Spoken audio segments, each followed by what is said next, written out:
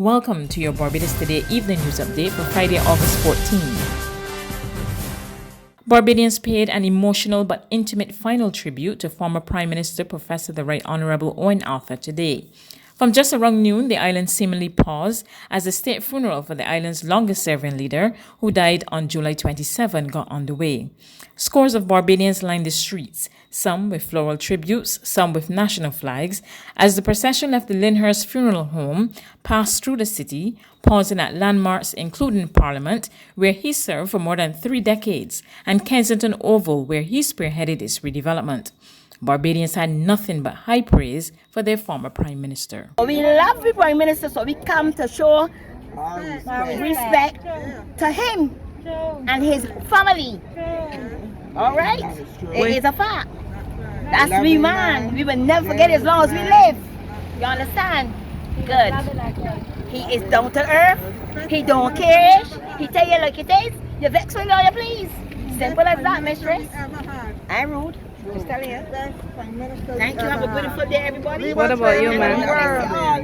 What about you? Prime Minister we ever had, but never taken for the world. I'm so sad I gone. A good October man like me. Good. What about you, man? He was a loving man, a generous man. You can ask him anything, whatever you want. If you want to know something about anything at all, he would sit down and he would tell you whatever and how you should do and what you shouldn't do. So he was always a caring person. He was always a caring person, and we all love him. And from the time that before he even the Prime Minister, I told him a night in the point, I said, listen to me, you're going to be the next Prime Minister. He said, man, you getting drunk, man. Shut up. We love him. Yes. God bless him, and he's going to a good place in heaven. Watch it, in heaven he's going. He was always a good man, always a family man. You all would know him as the articulate economic guru, but he was an avid family man, a great cook. Always believed he was probably one of the best chefs. He was everything to me. He helped me in a lot of ways, and the Lord knows best, and He take him away from us. But it's one debt that all we have to pay, one way or the other. The procession journeyed to Arthur's hometown at the constituency he served for the funeral service at the St. Peter Parish Church. Prime Minister Mia Motley, in an emotional tribute, told the congregation that Arthur was unafraid to speak truth to power, but was one who was strategic in his actions. He fought for fairness and he fought for fair treatment, and he stood firm on principle. Indeed, his advocacy for our rights and interests extended far beyond Barbados to embrace small states everywhere. This was perhaps best exemplified in the way that he responded head-on to the unwarranted OECD challenge to our financial services sector and to our parliamentary sovereignty. Instinctively and strategically, he knew when and where and how loud to raise his voice in those arenas. And to this day, his peers in the cause still remember him with admiration for leading the charge on their behalf. The Prime Minister also addressed Arthur's commitment and sense of national duty, hinting that this sense of duty acted as a form of healing between the two of them. During the last year, Owen willingly, therefore, undertook assignments on matters of international trade policy, as I said, the preparations for UNCTAD, the design of a new industrial policy framework as requested by Minister Poppin, his hands-on role in the Jobs and Investment Council for all of us, who spent the hours in those meetings seeing the passion that he brought in every intervention.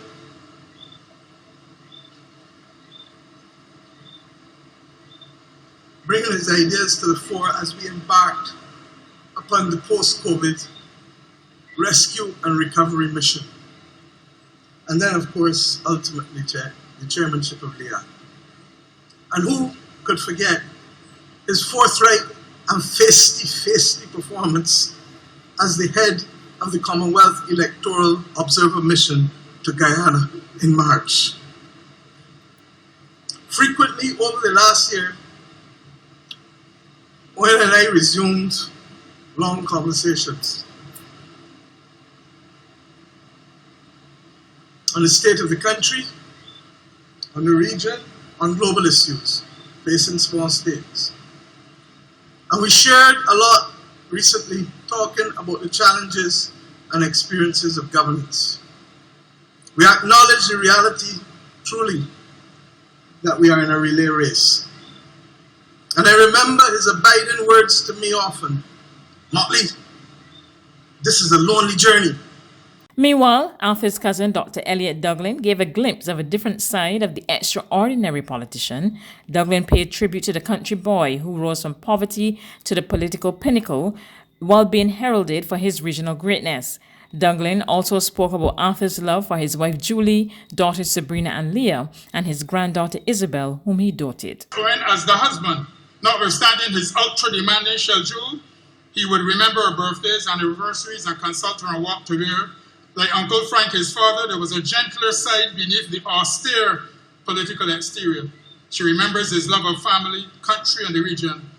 And she especially wishes to express thanks to the QEH doctors and nurses who did the best they could in his final illness. We were glad to visit and pray for him in that final illness, and the QEH staff was very cooperative. Leah, his second daughter, like her mother, remembers her father as a loving dad who adored her. He told me one day, he called me and said, Elliot, how you manage when your daughter, because your son didn't leave home, but leave for university, but when your daughter went to university, how you manage? That's what you asked me. So I'm crying every day. She loved going on long drives picking fruit in the countryside from overhanging branches of any tree, and she told me, private or public. At Queen's College, being the Prime Minister's daughter had its challenges. She didn't even want it to be suggested that her dad was helping her with her assignments. So when Owen asked in the usual Barbadian parlance, Leah, let me see what you write now, she would say, no, Daddy. Once, however, she gave in. He read her assignment and said, Leah, you're a bit too rough in your conclusion. Ease off. To which she replied, but Daddy, I got that style of concluding arguments from you. Are you sure, Bet? I remember him as Prime Minister ending his victorious debates against the opposition, using the phrase of his Anglican tradition and telling the then leader of opposition, and may your soul, like the souls of the dearly departed, rest in peace. Sabrina, his eldest daughter, was born in 1994. She exclaimed the only thing her dad loved more than serving his country was his family. He loved her and Leah with utter devotion. And when granddaughter Isabel came along, Owen became ecstatic and became a doting grandfather. She remembers his cooking, gardening, loving support, and doting love for his grandmother. From the St. Peter Parish Church, the procession journeyed through his beloved hometown. Hundreds of Barbadians then ventured to Mount Pleasant Memorial Garden, where he was laid to rest. There's regional and international news after this short break.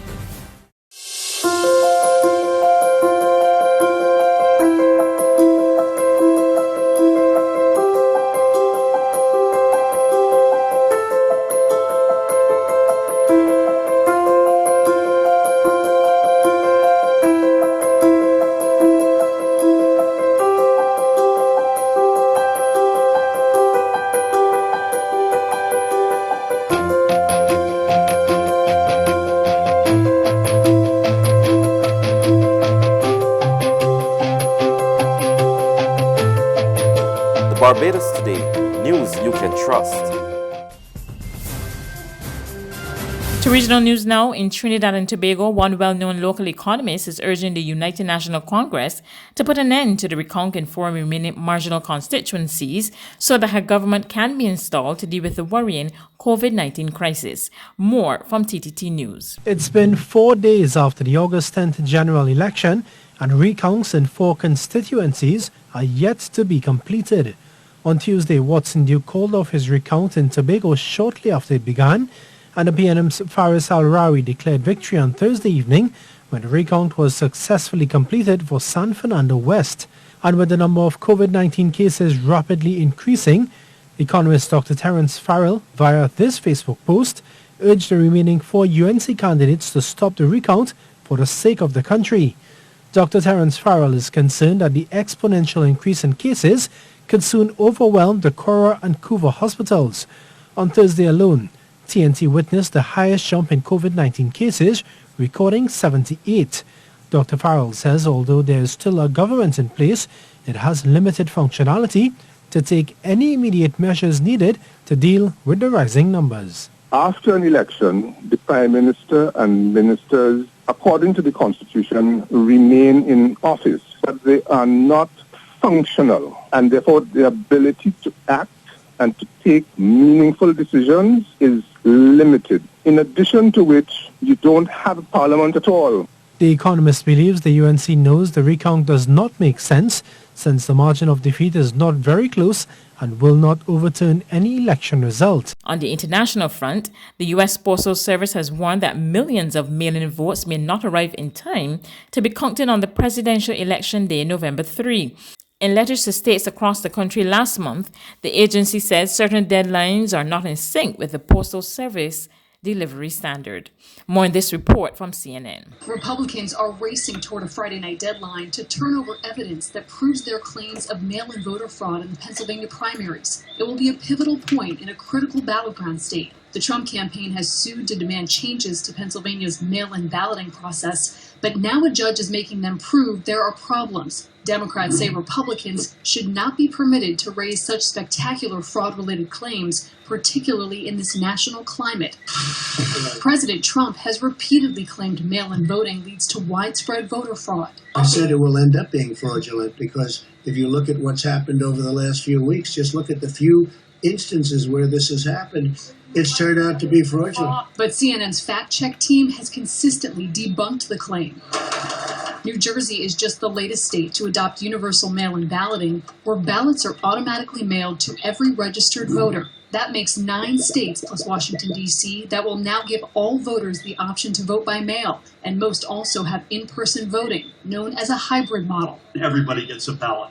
So we're going to have a hybrid model in November. Meanwhile, some voters in Virginia, New Hampshire, and D.C. say they are increasingly confused by election information they're receiving in the mail. That's news, but for the very latest, visit our website at www.barbadostoday.bb. You can also subscribe to our e-paper, email updates, or like us on Facebook, and sign up for our breaking news alerts via WhatsApp. We're also on Izumi Media and bus terminals, as well as screenplay at supermarkets and gas stations near you. You can also hear us on Mix 96.9 FM and Capital Media HD 99.3 FM.